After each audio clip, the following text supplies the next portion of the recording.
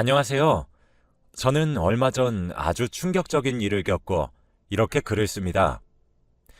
저는 올해 50대가 된 남자이고 혼자 살고 있어요. 지금 생각해보면 그때의 일이 참 놀랍고 다행인 것 같습니다. 그때 그 여자의 비밀을 알지 않았다면 어떤 일이 생겼을지 상상만 해도 무섭네요. 저는 어렸을 때부터 가난한 집안에서 살았어요. 그래서 남들이 다 가는 대학도 못 가고 바로 공장에 들어가서 일을 해야 했죠.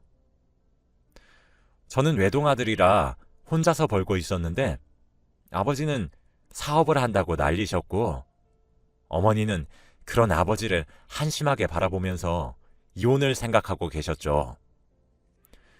아버지는 사업을 하신다고 잘 다니던 직장도 그만두셨고 결국 집안일만 하시던 어머니가 밖에서 일을 해야 하는 지경까지 되었답니다.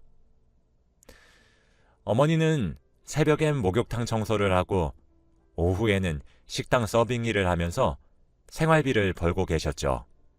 저와 어머니가 악착같이 돈을 벌어오면 뭐합니까? 아버지가 사업 준비로 홀라당 다 써버리시는데요. 대책 없이 사업만 준비하시는 아버지가 저는 너무 한심스러웠고 어머니도 많이 지치신 것 같았어요. 제가 돈이 없으니 친구들과 약속을 잡을 수도 없었고 그러면서 자연스레 친구들과도 멀어졌습니다. 당연히 여자친구도 만들 수 없었죠. 제가 한창 힘들 때 주위에 아무도 없고 의지할 사람이 없으니까 제가 이렇게 된 게 다 아버지 탓 같더라고요. 그래서 최대한 돈을 벌어서 독립을 하자고 꿈꿔왔습니다. 저는 매일같이 새벽에 출근해서 밤새 일을 하고 집으로 돌아왔고 집으로 오면 항상 어머니와 아버지는 한바탕 싸우셨는지 온 집안의 물건이 나뒹굴었죠. 저는 밤늦게 들어가면 그 물건들을 다 치우고 자야 하는 게 일상이 되었고 부모님께서 사이가 좋지 않으시니 이혼을 생각하고 계셨던 것 같아요. 아버지가 가망 없는 사업을 계속 하시다가 망하시고 어머니는 매일같이 사업 뒷바라지를 하시는 걸로 매일 싸우셨고 제 예상처럼 얼마 지나시지 않아 두 분은 이혼을 하셨습니다. 이혼을 하고 어머니는 집을 나가셨고 집에는 저와 아버지 둘이서 살게 되었죠. 어머니는 집을 나가기 전 저에게 조용히 다가오셔서 손을 꼭 잡았습니다. 그러고는 아들, 엄마가 사실 네 아버지 사업 비용 너한테 부담될까봐 이혼 못하고 있었는데 엄마도 이제 많이 지친다. 악착같이 돈 벌어오면 아버지가 훌훌 써버리고 이제 네 아버지도 정신을 차려야 돼. 돈 벌어오는 사람 있고 쓰는 사람 따로 있니? 그러니까 너도 정신 바짝 차리고 아버지가 돈 달라고 하면 절대 주지 말고 네가 하고 싶은 거 하고 살아. 여자도 만나고 옷도 사 입으면서. 알겠지? 엄마 보고 싶을 때마다 연락하고, 응? 어머니는 자신의 경험을 이야기하시면서 저에게 절대 아버지 사업 비용을 빌려주지 말라고 하셨고 저도 그럴 생각이었기에 아버지의 부탁을 거절하는 건 쉬울 줄 알았어요. 그런데 제 예상과 다르게 아버지의 부탁을 거절하기에는 쉽지 않았습니다. 저에게 애걸복걸 하시면서 아들, 이 아비 한 번만 살려다오. 이번 건은 진짜 대박 날 거라니까. 아버지가 이렇게 돈 빌리고 망하면 3배로 갚을게. 응? 아, 제발. 아버지 얼른 사업 성공해서 네 엄마 데리고 와야 돼. 아버지가 그렇게 저한테 애절하게 부탁하시니 저는 거절할 수 없었고 처음이자 마지막으로 아버지에게 사업 비용을 빌려줬습니다. 사실 저도 아버지의 사업이 성공해서 어머니가 집으로 돌아오길 바랬거든요. 그런데 이게 웬일인가요? 아버지의 사업은 대성공이었습니다. 어머니가 돈을 그렇게 빌려주었을 때는 매일같이 망하시더니 딱 한 번 빌려준 그 사업 자금으로 아버지의 사업은 정말 대박이 났어요. 많은 사람이 아버지에게 투자하겠다고 저희 집 현관문을 매일같이 두드렸고 아버지와 저는 한순간에 돈방석에 앉게 되었죠. 너무 얼떨떨하고 당황스러워서 이 상황이 이해가 되지 않았고 뭘 어떻게 해야 할지 모르겠더군요. 우선 아버지는 회사를 차려서 정식적으로 사업을 키워나가기 시작했고 저는 한순간에 아버지 회사의 대표이사가 되었죠. 건물의 한 층만 회사로 썼던 아버지는 사업이 점점 커져서 그 건물을 통째로 사들이기까지 했고 저희는 중소기업이 되었습니다. 저와 아버지는 늘 겸손을 마음속으로 새기면서 언제 또 예전처럼 살아갈지 모른다며 너무 기고만장해지지 말자고 했죠. 그리고 더 놀라운 건 주위 사람들의 태도가 바뀌기 시작했습니다. 제가 돈이 없을 시절에 친구들은 늘 저와 다니기 싫어했고 먼저 연락도 오지 않았어요. 그런데 제가 이제 한 회사의 대표이사가 되니까 다들 연락도 많이 오고 자기 회사에 투자도 해달라고 합니다. 처음에는 친구들이 오랜만에 연락이 와서 너무 기쁜 마음에 해달라는 투자도 다 해주고 빌려달라는 돈도 다 빌려줬어요. 그리고 저에게 접근하는 여자들에게도 다 잘해주고 연애도 몇 번 했죠. 그런데 다들 하나같이 자신이 원하는 걸 얻으면 저를 버리고 연락이 안 되기 일쑤였고 여자들도 자기들이 원하는 재벌 아들의 느낌이 나지 않으니까 가차없이 헤어지자고 하더군요. 저는 옛날에 가난했던 기억들이 아직도 생생해서 사치도 부리지 않고 차도 국산차를 타고 다닙니다. 물론 집도 이사를 가지 않고 살던 집에서 아버지와 함께 살고요. 저는 이렇게 살면서 전혀 불편한 거 없이 잘 사는데 주위 사람들은 다 예상과 제가 다르니까 쉽게 떠나버리더군요. 저는 그때부터 친구들의 부탁을 단칼에 거절했고 새로운 사람을 사귀는데 겁이 났어요. 다 제 돈이나 능력을 보고 이용하려고 저를 친구로 삼고 싶어 한다고 느꼈거든요. 그래서 여자도 못 사귀고 친한 친구 하나 없이 일에만 매진하면서 살았어요. 그렇게 몇 년이 지나니까 아버지께서 저에게 아들아, 이제 너도 결혼을 해야 하지 않겠니? 내가 죽기 전에 손주는 못 보고 죽어도 며느리는 꼭 보고 죽고 싶구나. 그리고 아버지 나이가 60이 넘어서 이제 슬슬 회사 경영에서도 물러나야 하고 한번 아버지가 자리 한번 만들어 줄까? 라고 하시는 겁니다. 저는 너무 사람한테 대인 게 많아서 더 이상의 여자는 없을 거라고 생각했지만 며느리를 너무 보고 싶어하는 아버지를 보니까 저도 마음이 약해져서 딱 한 번만 만나보기로 했어요. 아버지가 소개시켜주는 사람을 만나고 싶었지만 그 전에 우연히 한 여자를 만나게 되었는데 정말 예쁘고 살면서 한 번도 나쁜 일을 해본 적 없을 것 같은 아주 순수한 여자였습니다. 그 여자를 본 순간 저는 첫눈에 반했고 대시를 했습니다. 제가 이런 건 처음이라 많이 어색하고 힘들었는데 아마 그 여자도 저의 그런 능숙하지 않은 모습에 더 흔들린 것 같아요.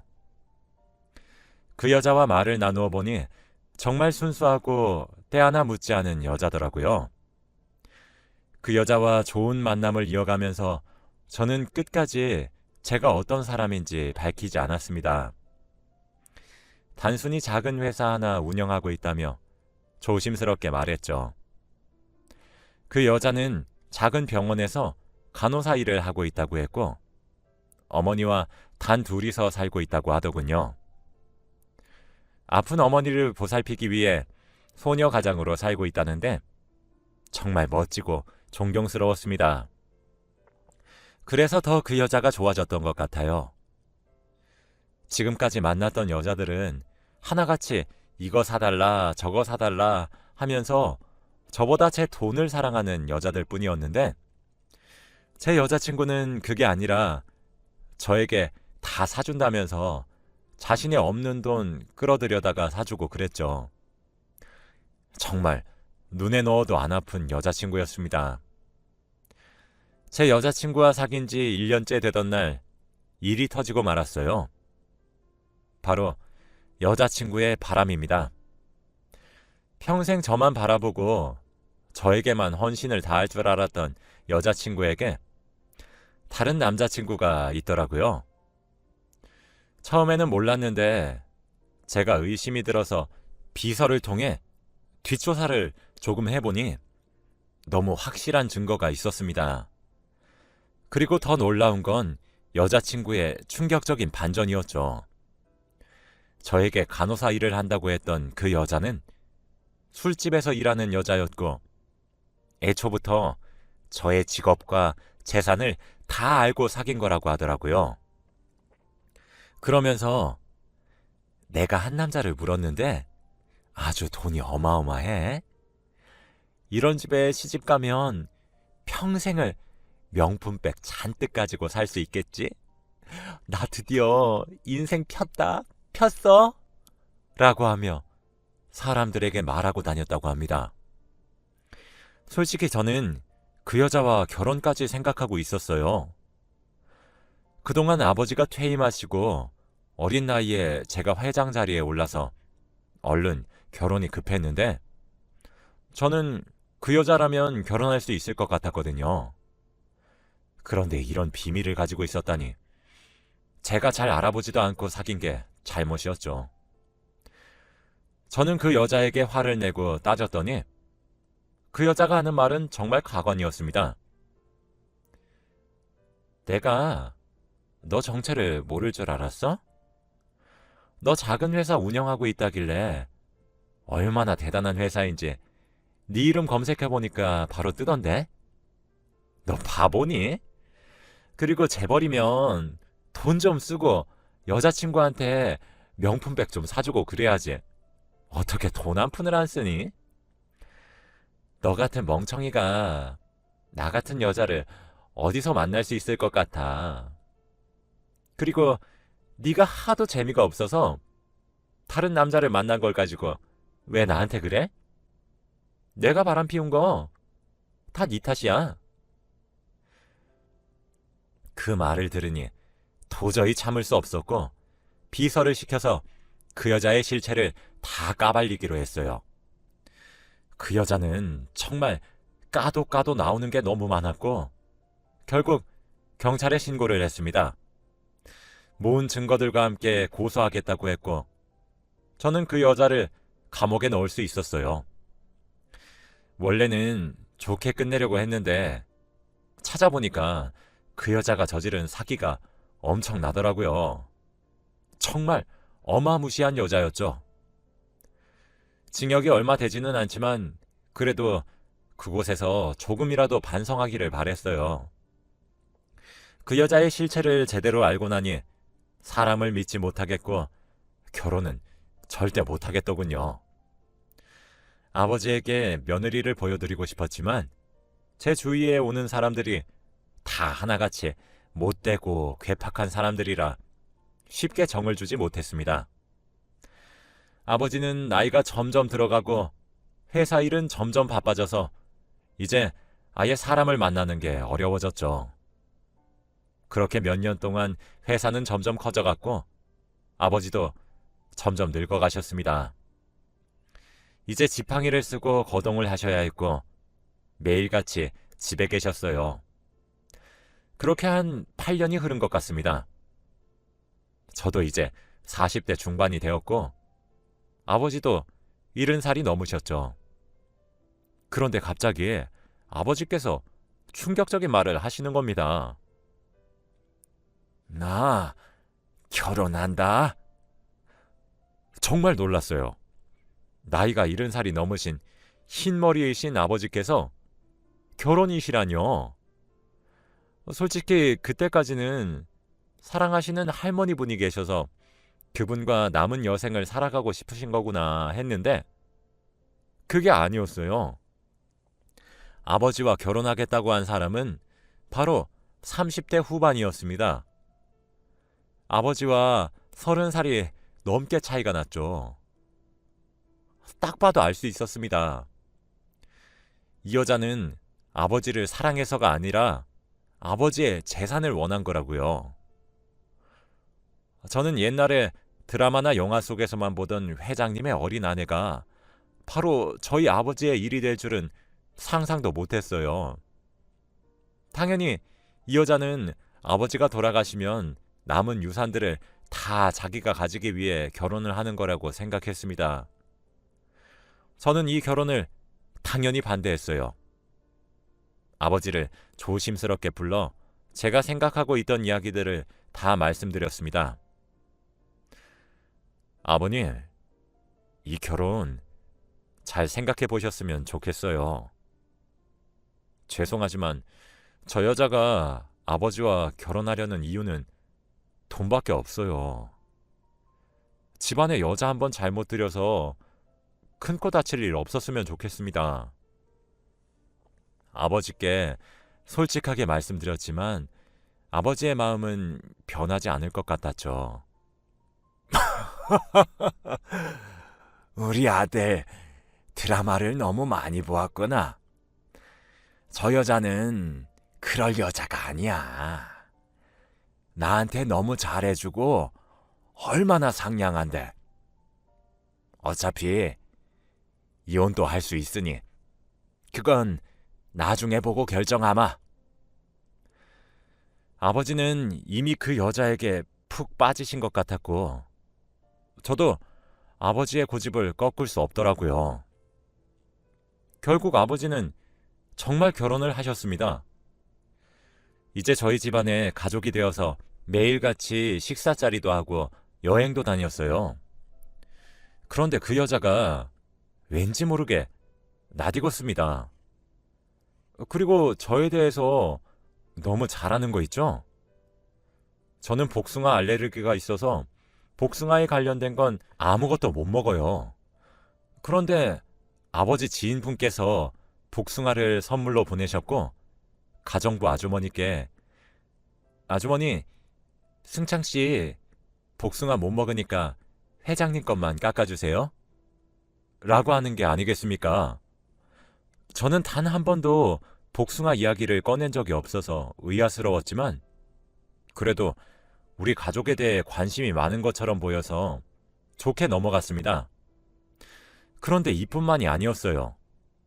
저와 아버지 그리고 그 여자까지 3명이서 식당에서 식사를 하고 있었습니다. 그런데 후식으로 복숭아 푸딩이 나왔고 저는 음식을 손에 대지 않고 있었죠. 제가 복숭아 알레르기가 있는지 모르는 아버지는 왜 먹지 않냐고 물었는데 제가 대답하려는 순간 그 여자가 에이, 여보도 참 우리 승창씨 복숭아 알레르기 있잖아요. 라고 하더군요. 그런데 아버지는 나도 모르는 우리 아들의 알레르기를 여보가 어떻게 알아요? 남들이 보면 여보랑 우리 아들이랑 부부인 줄 알겠네. 라고 하셨습니다. 저는 절대 아니라고 손사래까지 쳤지만 그 여자는 좋은지 웃으면서 아무 말도 하지 않더군요. 그리고 몇 분 뒤 갑자기 제게 슬며시 장난을 걸어오는 게 아니겠습니까? 아버지도 저희가 그러고 있는 걸 눈치챘는지 둘이 무슨 장난을 그렇게 치는가? 라고 묻더라고요. 저는 아버지께 쓸데없는 의심을 사고 말았고, 그 여자는 왠지 모르게 당황하는 눈치가 아니었습니다. 저는 집으로 돌아와서 그 여자를 불러서 이야기를 나누었어요. 아까 왜 그러셨어요? 아버지 계시는데 장난이 너무 심한 거 아니에요? 내가 누군지 모르겠니? 그 여자는 제가 한 말에 대답하지 않고 쓸데없는 말을 하기 시작하더라고요. 아까 와인 몇 잔 먹었다고 취하신 거예요? 그쪽이 누구라뇨? 저희 아버지의 아내분이시잖아요. 아니, 그거 말고 나 어디서 본 적 있는 것 같지 않아? 저는 그 여자의 얼굴을 뚫어지게 쳐다보았고 갑자기 그때 한 여자의 얼굴이 떠올랐습니다. 혹시 나한테 사기친 알아보는구나? 그래 나야. 네가 감옥에 넣은 여자. 저는 정말 놀랐어요. 그때 이후로 몇 년이나 지났으니 그 여자는 출소하고다 남았을 텐데 관심이 없어서 어디서 뭐하고 사는지 조사를 안 했었거든요.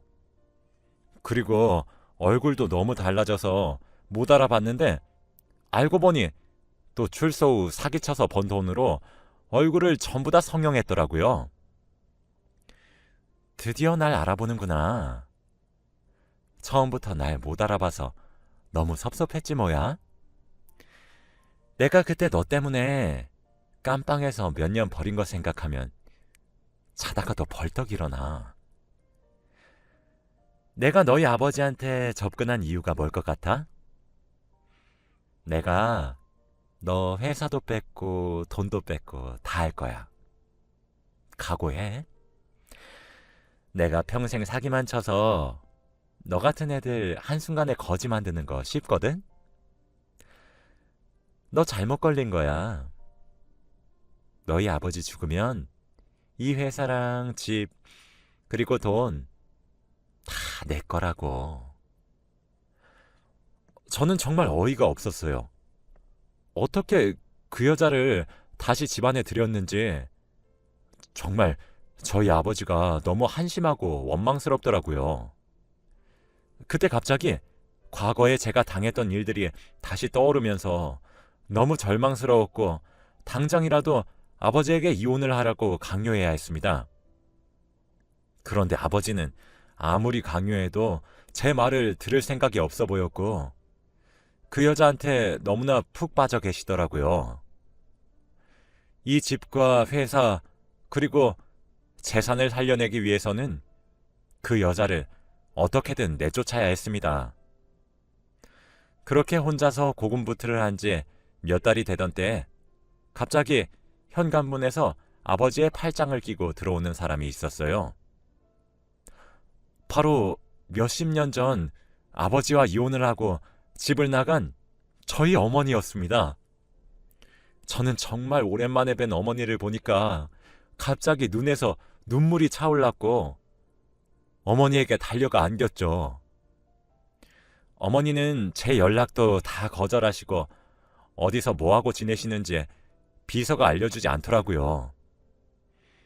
알고 보니 아버지가 미리 제 비서에게 어머니에 관해 아무것도 전하지 말라고 했던 거였고 어머니는 아버지가 구해주신 시골에 있는 한 별장에서 항암 치료를 하고 계셨는데 모든 치료가 끝나서 집으로 돌아오신 거였습니다.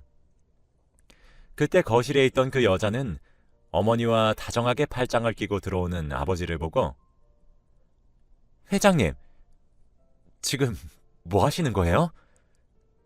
여자는 나밖에 없다며 지금 당당하게 첩들이시는 거예요? 라고 하는 겁니다. 네가 뭔 상관이냐? 그리고 첩? 바보 같은 계집애. 첩은 너요. 이 여자가 본처고 네가 첩이여. 저는 아버지의 말을 듣고 깜짝 놀랐습니다. 내가 널 어떤 앤지 알아보지도 않고 우리 집에 들인 것 같으냐? 너 과거에 우리 아들한테 사기친 계집애잖아. 내가 뭘 믿고 너한테 회사랑 내 재산을 다 맡기니? 아주 어른을 바보로 알고. 당장 이 집에서 썩 꺼져! 그 여자는 갑자기 소리를 치면서 나 절대 안 나가. 내가 이 집안 사모님이라고! 하며 떼를 썼고 결국 경비원들이 그 여자를 내쫓았습니다. 그리고 오랜만에 세 사람이 모여서 거실에 앉아서 이야기를 나누었어요. 아버지, 도대체 어떻게 된 겁니까? 아들, 내가 예전에 말했잖니. 사업 꼭 성공해서 네 엄마 다시 데려오겠다고. 그리고 성공하자마자 너희 엄마한테 달려가서 하루 종일 빌었지. 다시 돌아와 달라고. 그런데 그때 알았다. 너희 엄마가 암이라는 거. 내가 최선을 다해서 우리 아내 병간호도 해주고 치료비도 내주면서 다시 우리 부부는 합칠 생각을 하고 있었어. 그런데 그때 비서한테 네가 여자를 잘못 만났다는 이야기를 들었다. 부모로서 그런 애들을 보고만 있을 수 없었기에 아버지가 이번엔 제대로 계획을 했지. 그 여자 이제 내가 고소했으니 감옥에 아마 평생 있다가 나올 거야. 출소하고 사기친 게 워낙 피해자도 많고 규모도 커서 무기징역은 나올 거다. 아들, 아빠와 엄마는 며느리 필요 없으니 우리 아들이 상처 안 받고 평생 행복하기만 하면 좋겠다. 우리 회사를 잘 부탁해, 아들. 그 여자를 집에 들인 게 바로 아버지가 계획한 일이라고 했을 때 그때 느꼈어요. 아버지의 위대함을요. 그리고 아버지는 세상에 여자는 어머니밖에 없다고 말했습니다. 어머니도 아버지가 몇 년 동안 아픈 자기를 간호해주고 위해주었을 때 진심을 느꼈다고 해요.